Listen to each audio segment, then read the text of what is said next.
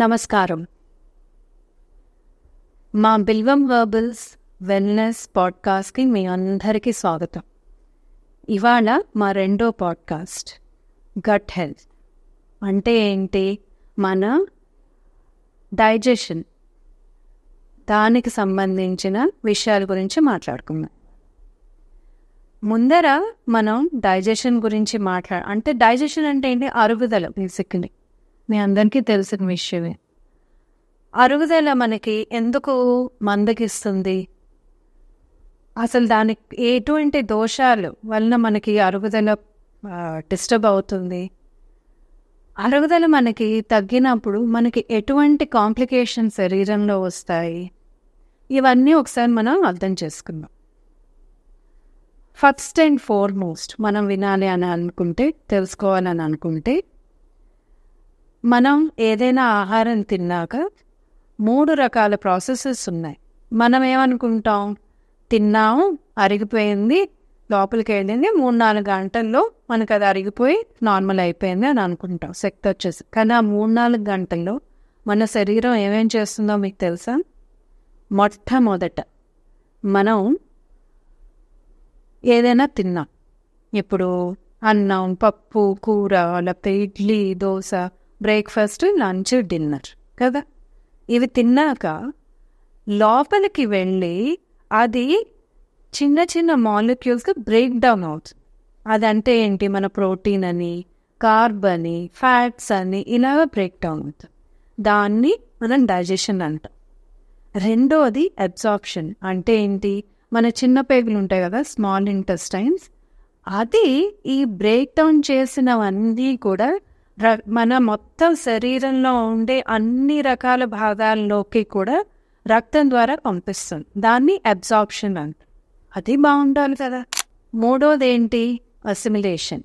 అంటే ఇప్పుడు మన శరీరంలో అన్ని భాగాలకి శక్తి వెళ్ళింది, కానీ ఆ అందిన వాటితో మన సప్తధాతువులని ఉంటాయి ఆయుర్వేదంలో. సో అది మన శరీరం ఉపయోగించుకొని తర్వాత మన సెల్ రిపేర్ అని, తర్వాత ఎనర్జీ అని, బాడీ మన డెవలప్మెంట్కి అని, ఇలా రకరకాలుగా ఆ ఫంక్షన్స్ చేయడానికి ఉపయోగపడాలి. దాన్ని అసిమిలేషన్ అంటాం. ఈ 3 స్టేజెస్ కంప్లీట్ అయితేనే కంప్లీట్ డైజెషన్, మనం తిన్న ఆహారం సరిగ్గా మనకి ఉపయోగపడింది అని చెప్తాం.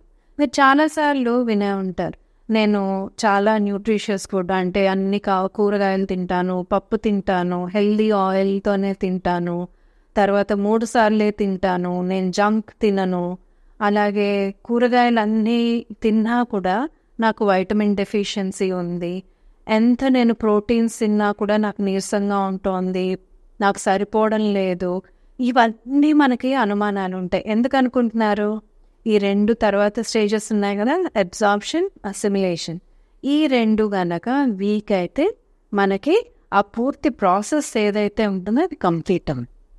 ఈ 3 డైజెషన్, అబ్సార్ప్షన్, అసిమిలేషన్, ఈ 3 ప్రాసెస్లు సరిగ్గా అవ్వాలి, మన గట్ బాగుండాలి అంటే, మన కడుపు అరుగుదల ఇవన్నీ బాగుండాలి అంటే ఆయుర్వేదం ఏం చెప్తోంది, ఏ దోషాలు యాక్చువల్గా ఎఫెక్ట్ అయి ఉంటాయి, అది ఎందుకు మనకి వీకెన్ అయింది తెలుసుకో.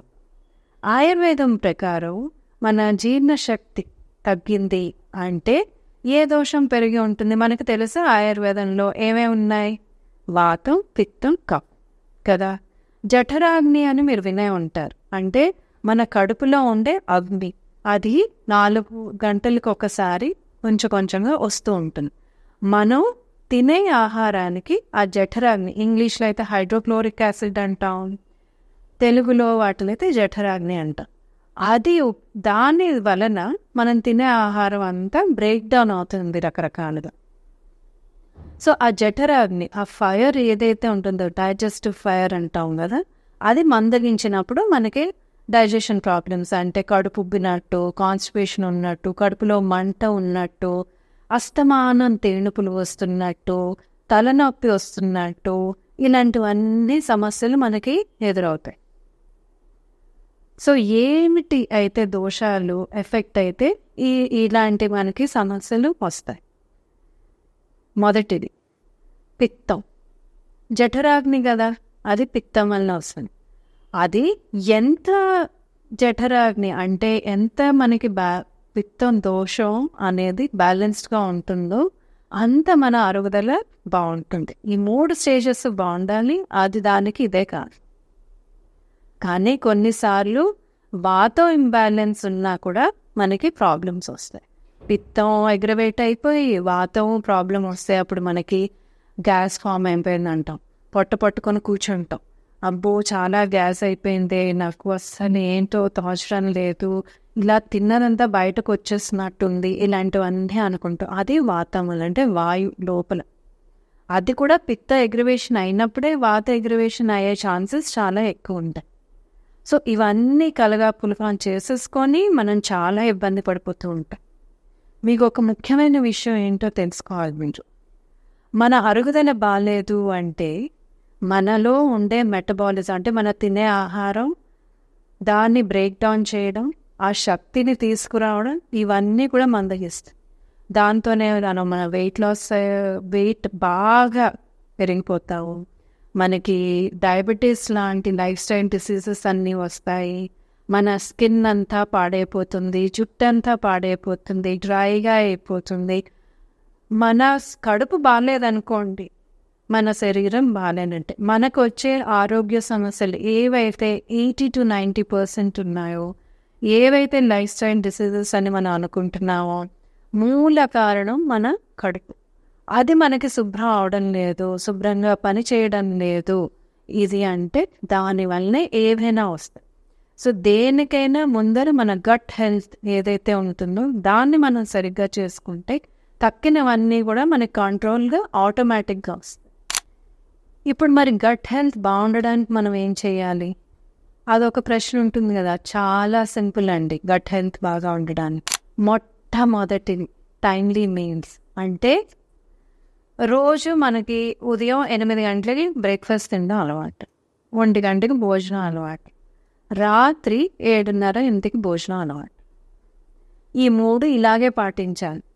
ఓ రోజు నేను 8కి, ఓ రోజు నేను 10కి, ఓ రోజు 12కి నేను బ్రేక్ఫాస్టే చేస్తున్నాను. అప్పుడు ఇంకా లంచ్, నా మధ్యాహ్నం భోజనం ఏమవుతుంది, నేను రాత్రి భోజనం ఏమవుతుంది. కొంతమంది ఇళ్లల్లో అయితే రాత్రి వంట 9 గంటలకు మొదలెడతారండి. అంటే వాళ్ళు 11కో ఎప్పుడో భోంచేస్తారు, వెంటనే నిద్రపోతారు. అలాంటప్పుడు అస్సలు కడుపు బాగుండదు, ఖచ్చితంగా డైజెషన్ అవ్వదు, నిద్ర పట్టదు. మనం తినే ఆహారానికి మనం నిద్రపోవడానికి రాత్రి కనీసం ఒక 4 గంటలు గ్యాప్ ఉండాలి. ఎందుకు? ఈ 3 పద్ధతులు ఉన్నాయి కదా, చెప్పాను కదా, డైజెషన్, అబ్జార్ప్షన్, అసిమిలేషన్. ఈ 3 కంప్లీట్ అవడానికి మన శరీరానికి 4 గంటలు కనీసం ఇవ్వాలి టైం. ఆ గ్యాప్ మీరు ఉంచుకోవాలి. అలాగే చిన్న ఎక్సర్సైజ్. అది ఏంటి? ఇప్పుడు కొత్తగా ఒకటి వచ్చింది, రాత్రి భోజనం అయ్యాక మనం వాకింగ్కి వెళ్ళాలి. చాలా ఇంపార్టెంట్, అప్పుడు అరుగుదల బాగుంటుంది. అస్సలు చేయొద్దు. ఆయుర్వేదం ప్రకారం భోజనం అయ్యాక శరీరానికి రెస్ట్ ఇవ్వాలి. మధ్యాహ్నం అయితే పడుకోక్కర్లేదు, నిద్రపోక్కర్లేదు, కానీ కూర్చొని ఏదో పుస్తకం చదవడం, ఏదో ఒక మ్యూజిక్ వినడం ఏదో చేయండి. రాత్రి అయితే కూర్చోండి, ఫ్యామిలీతో టైం స్పెండ్ చేయండి. ఎందుకో తెలుసా అసలు అలాంటి ఎక్సర్సైజ్ కానీ నడక కానీ వద్దంటారు? ఇప్పుడు శరీరానికి మనం ఆహారం ఇచ్చాం, అదేం చేస్తుంది శరీరం? దాని అటెన్షన్ అంతా అక్కడ పెట్టి, మొత్తం ఎనర్జీ పెట్టి, అది మొత్తం చక్కగా తినే ఆహారం అన్ని రకాలుగా డైజెస్ట్ అయ్యేటట్టు చూస్తుంది. ఇప్పుడు మన ఆ టైంలో శరీరానికి మనం ఒక ఎక్సర్సైజ్ పని పెట్టాం. అప్పుడు అన్డివైడెడ్ అటెన్షన్ లేకుండా డివైడ్ అయిపోతుంది శరీరం అటెన్షన్. అప్పుడేమవుతుంది? శరీరానికి ఎనర్జీ ఒకే చోట ఇవ్వకుండా 2-3 చోట్ల ఇవ్వాల్సి వస్తుంది. అప్పుడు డైజెషన్కి ఎంత ప్రాముఖ్యత ఇవ్వాలో అంత ఇవ్వలేకపోతుంది శరీరం. అందుకని మీ ఎనర్జీ కన్సర్వ్ చేసుకొని ఆయుర్వేదం ప్రకారం అయితే భోజనం తర్వాత కొంచెం రెస్ట్ తీసుకోవడం ఇంపార్టెంట్. నిద్రపోమని చెప్పడం లేదందో నేను. అలాగే వారానికి ఒకసారి డీటాక్సిఫై చేసుకోవాలి, కడుపు శుభ్రం చేసుకోవాలి. అది ఎలా చేసుకుంటాం? కొన్ని 2-3 చిట్కాలు చెప్తాను, వినండి. ఆవదం ఒక 50 ml, పెద్దవాళ్ళకైతే 50 ml, చిన్నపిల్లలకైతే ఒక 5 to 10 ml, అంటే ఒక చిన్న స్పూన్. 6:30-7 కల్లా భోంచేసండి. ఏ రోజైతే మీరు ఆవదం తీసుకుందాం అనుకుంటున్నారు భోజనం చేశాక 4 గంటల తర్వాత ఆవదం తాగి పడుకోండి. ఆ మర్నాడు మీ కడుపు శుభ్రం అవుతుంది. మా దగ్గర సీతాఫల ఆకులతో చేసిన ఒక బ్లెండ్ ఉంది, అది తీసుకోండి. అది తీసుకొని దాంతో మీరు చేసుకోవచ్చు సులభంగా. ఆ నీళ్లు పెట్టుకొని తాగితే మీ కడుపు శుభ్రం అవుతుంది.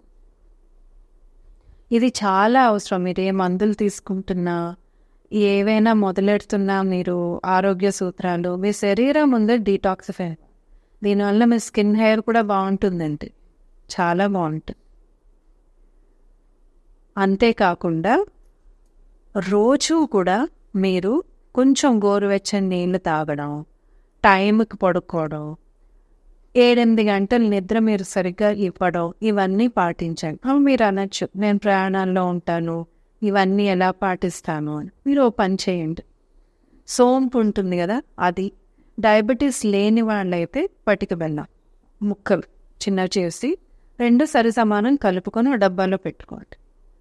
అది భోజనం అయిన తర్వాత వేసుకోండి, మౌత్ ఫ్రెషనర్లా. కానీ అది అరుగుదలకి బాగుంటుంది. జీలకర్ర నీళ్ళు తాగడం మొదలెట్టండి, అరుగుదల పెరుగుతుంది. అలాగే డీటాక్సిఫై కూడా అయిపోతుంటుంది ప్రతిరోజు మీ శరీరంలో. ఇలాంటివన్నీ చిట్కాలు పాటిస్తూ ఎప్పటికప్పుడు మీరు డీటాక్సిఫై చేసుకుంటూ, తినే ఆహారాన్ని మీద శ్రద్ధ పెట్టి మీరు భోంచేస్తూ, బయట ప్రాసెస్ ఫుడ్, తర్వాత స్పైసీ కారమైన ఫుడ్ ఇవన్నీ తినకుండా ఉంటే మీకు ఎప్పుడు మీ కడుపు మీకు చల్లగానే ఉంటుంది. కడుపు చల్లగా ఉండాలంటాం కదా, అది అవుతుంది. ఇప్పుడు మనకు ఆల్రెడీ కడుపు డిస్టర్బ్ అయిపోయింది, విపరీతమైన ఎసిడిటీ ఉంది, బ్లోటింగ్ ఉంది, కాన్స్టిపేషన్ ఉంది. అలాంటప్పుడు ఏం చేయాలి చూద్దాం. ఏం చేయాలి? మా దగ్గర బిల్వం వెల్నెస్ ప్రకారం, ఆయుర్వేదిక్ ఇంటెలిజెన్స్ ప్రకారం అయితే మేము పుదీనా, తర్వాత సోం, తర్వాత తులసి, ఈ 3 కలిపిన ఒక చూర్ణ ఉంది. అది అలాగే బిల్వదళాల పౌడర్, ఇది మేము ఇస్తాను మీకు. తర్వాత మా దగ్గర గిరిగోమాత నెయ్యి ఉంది. నెయ్యి కంపల్సరీగా తీసుకో. కానీ దాని అర్థం ఏంటంటే మార్కెట్లో దొరికే రకరకాల ప్యూర్ కౌ ఘీ అని వస్తూ ఉంటుంది, 500 రూపాయలు, 700 రూపాయలు. అలాంటి నెయ్యి కాదమ్మా నేను చెప్తోంది. మంచి ఏటు నెయ్యి గోశాలలో అక్కడ ఉంటాయి మీ దగ్గర, వాళ్ళ దగ్గర నుంచి తీసుకోండి. లేకపోతే మా దగ్గర ఉంటుంది, మా దగ్గర నుంచి తీసుకోండి. సో ఈ 3 నేను చెప్తాను. ఇవి వేసుకుంటూ ఆహారంలో మీరు ఏం చేయాలి? పులుపు అస్సలు, చింతపండు కానీ, నిమ్మకాయ కానీ, టొమాటో కూడా ఆఖరికి తినకూడదు. కొన్నాళ్ళు ఆపేస్తే మీరు మళ్ళీ నార్మల్కి వచ్చాక నేనే చెప్తాను మీరు ఎప్పుడెప్పుడు ఏవేవి తినచ్చు, ఏవేవి చేయొచ్చు అని. ఫస్ట్ మట్టుకు ఇవన్నీ ఆపేయాలి.